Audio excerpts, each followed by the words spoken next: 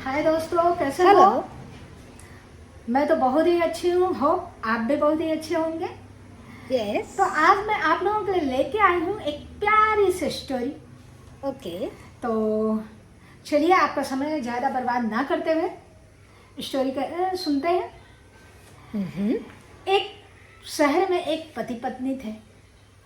वो काफ़ी कंजूसी पूर्वक रहते थे।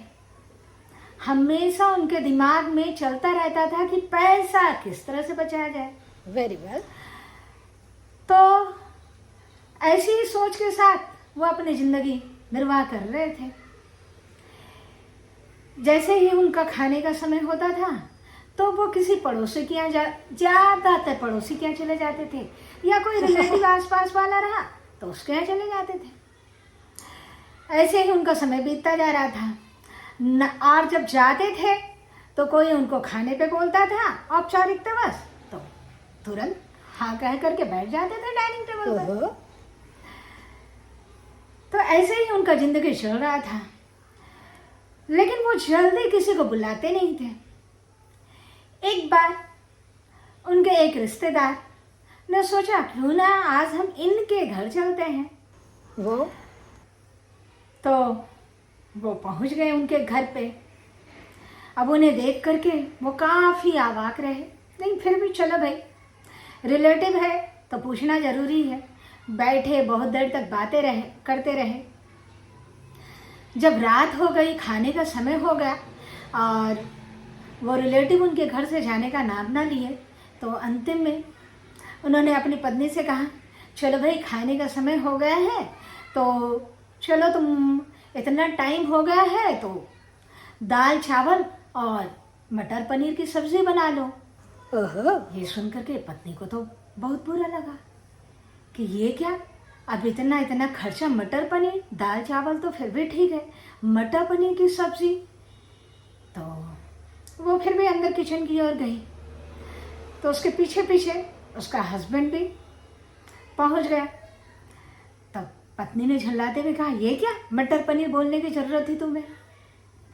तो पति ने बोला, कोई बात नहीं, चलो मैं इसका मेरे पास सॉल्यूशन है, तुम बनाओ तो सही, तुम केवल दाल चावल बनाना और जैसे ही दाल चावल बन जाएगा तो तुम मुझे पुकार लेना और बोल देना खाना बन गया है, सो प्लेट लगा दो। तो मैं आऊँगा प्लेट लगाने के लिए, और तुम क्या करना कि धड़ाम से कोई बर्तन गिरा देना, तो मैं पूछूंगा कि क्या गिर गया, तो तुम बोल देना मटर पनीर। यह सुन करके पत्नी भी बहुत खुश हो गई, वाह आइडियाज तो ग्रेट है।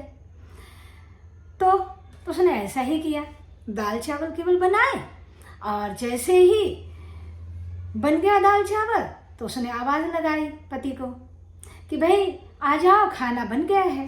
तो पति आया, डाइनिंग पे लगा दिया प्लेट, लेकिन प्लेट जैसे ही लगा रहा था धड़ाम से आवाज़ आई।